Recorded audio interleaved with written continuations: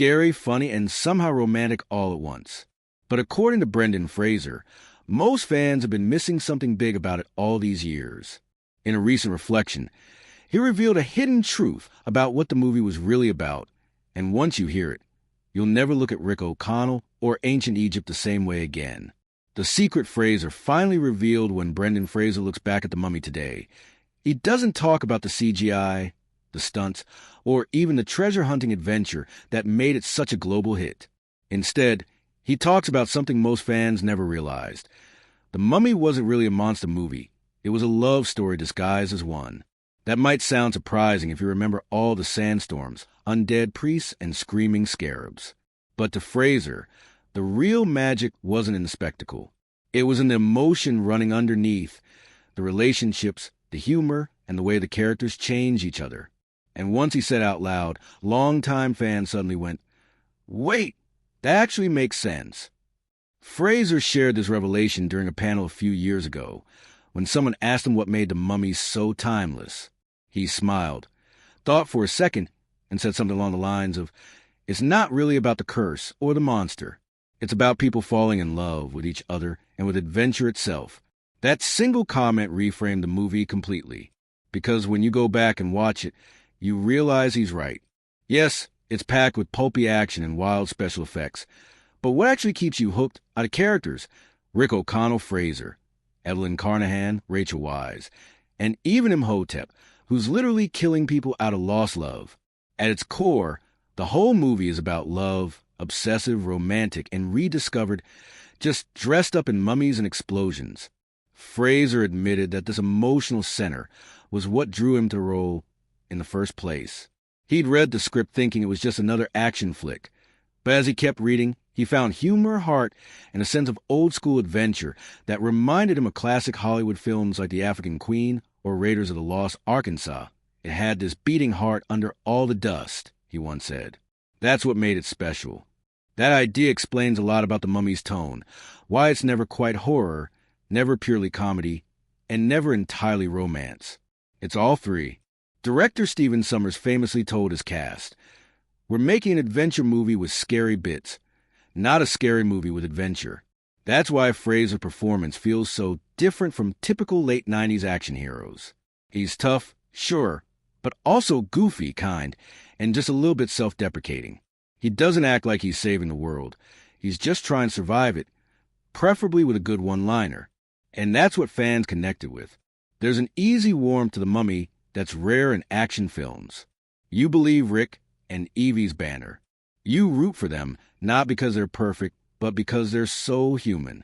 Evie's bookish bravery meets Rick's rough-around-the-edges charm, and somewhere between all the chaos, they fall in love.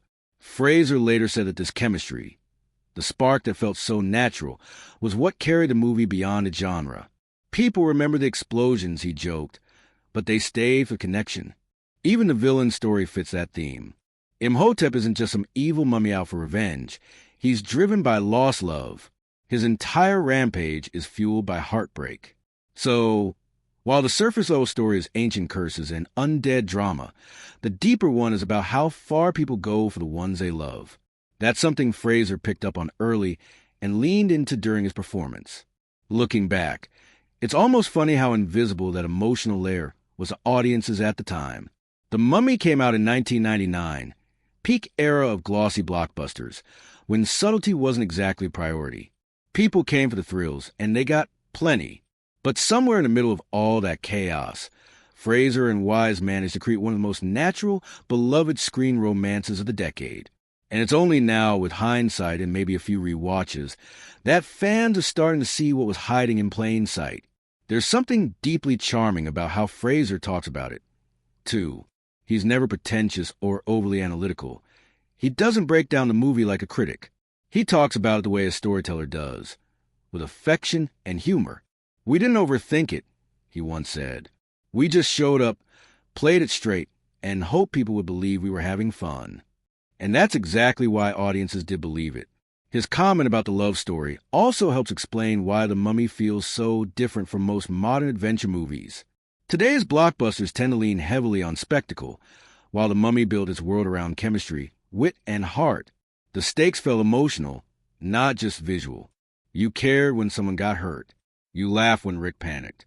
You smiled when Evie finally kissed him. That emotional investment made the difference between a decent popcorn flick and a classic people still quote 25 years later. It's also one reason Fraser himself became such a beloved figure. He played heroes who were flawed but kind, funny but brave, the kind of guy you could imagine being friends with. The Mummy embodied that perfectly. Even when the movie went over the top, he never did. He grounded it with sincerity. So when Brendan Fraser says fans miss the movie's real heart, he's not being mysterious or self-congratulatory. He's just pointing out what made it endure. Beneath all the chaos, the curses, and the CGI, The Mummy was really about connection. Between two people, between a team, between an audience and a story that made them feel good. That's the secret most people never figured out.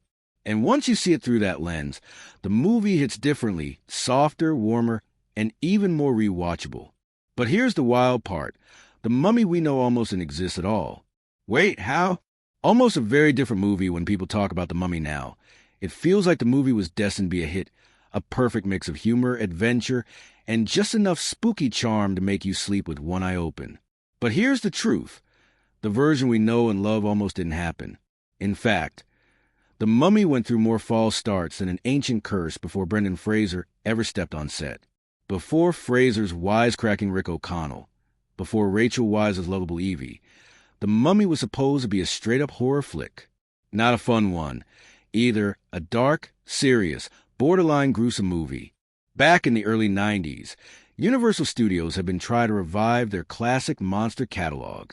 They wanted something moody, gothic, and grown-up, closer to Interview with a Vampire than Indiana Jones. Multiple directors took a stab at it. At one point, horror legend Clive Barker pitched a version that was so dark and surreal the studio practically ran from a room. Another take by Joe Dante, the guy behind Gremlins, imagined a more psychological version with Daniel Day-Lewis as a tormented mummy. It was ambitious, sure, but also weird. None of it felt like something mainstream audiences would actually enjoy watching with popcorn on a Friday night. Universal spent years developing and scrapping one script after another. There were rumors of a sci-fi version, a low-budget monster movie, and even a gritty noir-style reimagining. But nothing stuck. Everyone could agree the concept was iconic. Who doesn't love a mummy? But nobody could figure out how to make it feel fresh. Then in walked Stephen Sommers. At that time, Sommers was known mostly for directing fun, pulpy adventure films, the kind that didn't take themselves too seriously. He grew up loving the old 30s Universal monster movies, but he also adored Raiders of the Lost Ark and The Princess Bride. When the studio was just about to give up on the idea, Sommers pitched his version. What if we make an adventure movie with scary bits? Not a scary movie with adventure? That line changed everything. The studio finally saw the potential for something big. Sommers wanted to bring the monster back to life literally, but in a way that felt fun.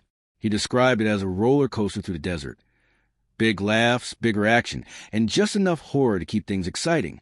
It was risky, because nobody was really doing that kind of tone in 1999. Action movies were getting darker, more cynical. Sommers wanted to go the opposite direction, colorful, thrilling, and full of heart. But even after that breakthrough, the movie still almost didn't get made. Universal's executives were skeptical.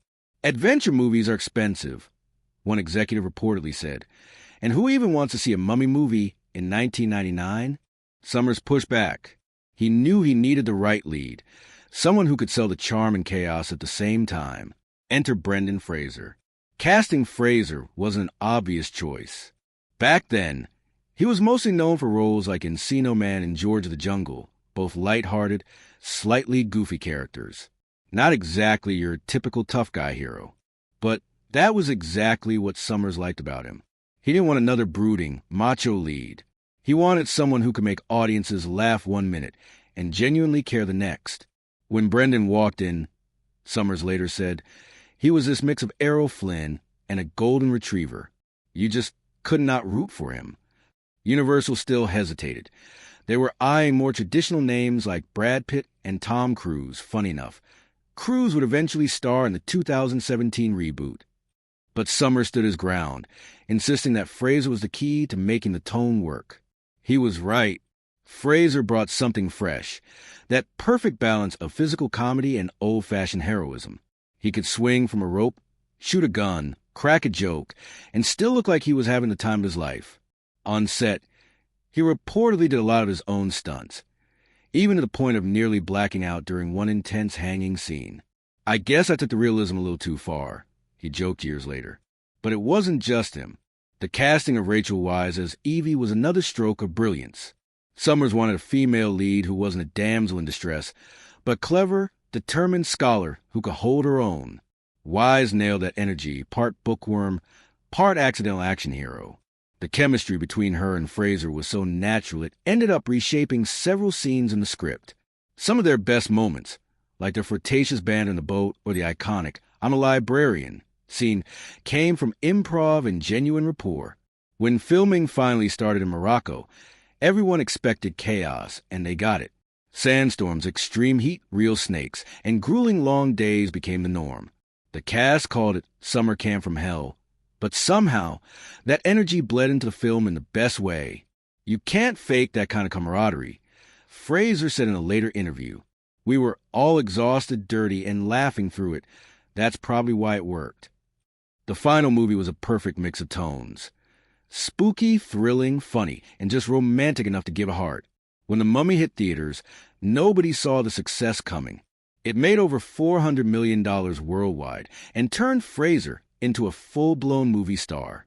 And to think if Universal had gone with one of those earlier horror versions, we might never have gotten the iconic one-liners, the hilarious camel scenes, or the timeless chemistry that defined the 1999 classic. The Mummy wasn't born perfect. It was carved out of chaos. And that chaos, plus Brendan Fraser's genuine charm, turned what could have been a forgettable monster remake into a movie that still makes people grin every time they stumble across it on TV. If you ever watched The Mummy and thought, "Wow, Brendan Fraser really looks like he's risking his life out there," well, that's because he kind of was. Today, you'll know each of them. The near-death stunts revealed Fraser didn't just act like an action hero. He basically lived like one during filming. The stories from a Mummy set sound like something straight out of Survival Diary. Scorching desert heat, ancient ruins full of creepy crawlies, and a few stunts so intense they nearly knocked the life out of him, literally. Let's start with a big one, the infamous hanging scene. If you've seen the movie, you remember it. Rick O'Connell, captured and strung up by the neck, dangling in front of a cheering crowd. It looks terrifying. What most people didn't know until Fraser revealed it years later is that it was terrifying because it actually went wrong. Fraser was doing the stunt himself. No surprise there. And the scene required him to be lifted off the ground with a rope around his neck. Safety measures were in place. But during one take, the tension tightened too much. The next thing Fraser remembers is waking up on the ground with the crew standing over him. Panicked, he had actually blacked out on set. The noose tightened. Fraser said in a later interview, "Next thing I knew, I was waking up. Someone had undone the rope. I guess I took method acting a little too seriously." The crew was horrified, but Fraser laughed it off, brushed off the dust, and finished the scene. That pretty much sums up his attitude during filming. He got hurt, bruised, dehydrated, bitten by bugs, you name it, and just kept going. "We didn't have CGI doubles for most of it," he said. "If you see Rick getting thrown into a wall, that's usually me." And it wasn't just that one scene. The movie was packed with action, gunfights, fistfights, collapsing temples, and of course, plenty of mummies. Each of those moments took days to shoot under brutal desert conditions. Temperatures in Morocco and Egypt soared past 120 degrees Fahrenheit, 49 degrees Celsius. The cast joked that sunscreen was basically another layer of wardrobe. Fraser later said the heat did weird things to everyone's brains. "We forget our lines, forget where we were," he laughed. "You look around and think, why am I covered in fake blood at 2 p.m. in the middle of a sandstorm?" Then there were the animals. The set was crawling with them. Literally, scorpions, snakes, camels, spiders, take your pick. Rachel Weisz once found a scorpion in her costume trailer. Fraser had a close call with a camel that tried to bite him. Even the fake scarabs in the movie weren't all fake. Some were actual live beetles used for realism in close-up shots. Despite all that chaos, What's amazing is how fun the atmosphere stayed. Everyone on set knew they were working on something special. It was like being at summer camp, but with mummies, Fraser said. Between takes, he'd crack jokes, make faces at the camera crew, or start mock sword fights with the stunt team. His energy was contagious. He wanted the film to feel alive, not just technically impressive. That enthusiasm sometimes got him into trouble, though. There's one scene where Rick O'Connell dives across a room to save Evie as the mummy attacks. Fraser went full action hero mode, launching himself so hard that he slammed into a pillar for real. The sound you hear in the movie? That's actually him hitting it. The crew decided to keep it in because it looked too good. Looking back, Fraser admits that he probably pushed his body further than he should have. I got pretty banged up, he said years later. It was worth it, but man, I paid for it. In the years that followed, he would deal with multiple surgeries on his back, knees, and vocal cords, partly from a physical toll of those action-heavy roles. But during The Mummy, he was all in. He didn't want to stunt double unless it was absolutely necessary. And that authenticity paid off.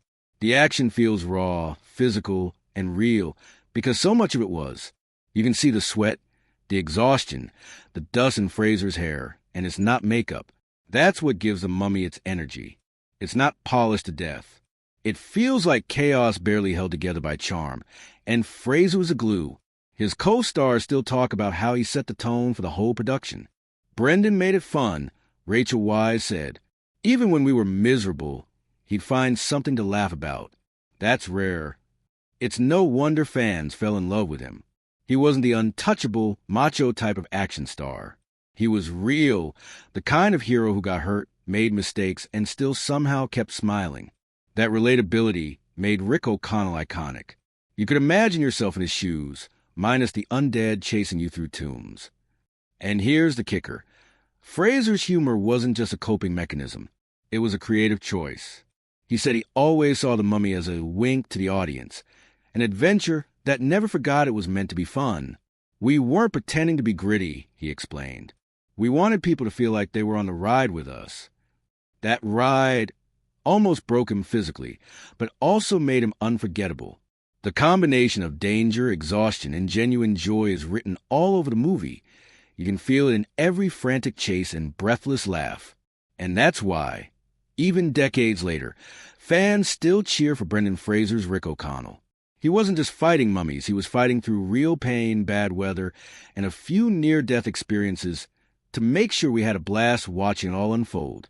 It's one of those rare behind-the-scenes stories where the truth makes the movie even better. Rachel Wise, the perfect counterbalance of Brendan Fraser, was the heartbeat of The Mummy. Rachel Wise was a balance that kept it from turning into pure chaos. Her character, Evelyn Carnahan, could have easily been the typical damsel in distress role that adventure movies love to recycle. But thanks to Wise's intelligence, wit, and total lack of fear in playing awkward, Evie became something else entirely. A hero who was brave because she was flawed. From the moment she appears, accidentally knocking over a library full of shells like dominoes, Wise gives Evie a kind of charm that's rare in blockbuster films. She's not polished or perfect. She's curious, clumsy, stubborn, and, honestly, kind of relatable. And that's exactly what made audiences fall in love with her. While Rick was swagger and instinct, Evie was brains and heart, the perfect counterweight. Behind the scenes, Wise approached the character like she was in a screwball comedy rather than a monster flick. I didn't want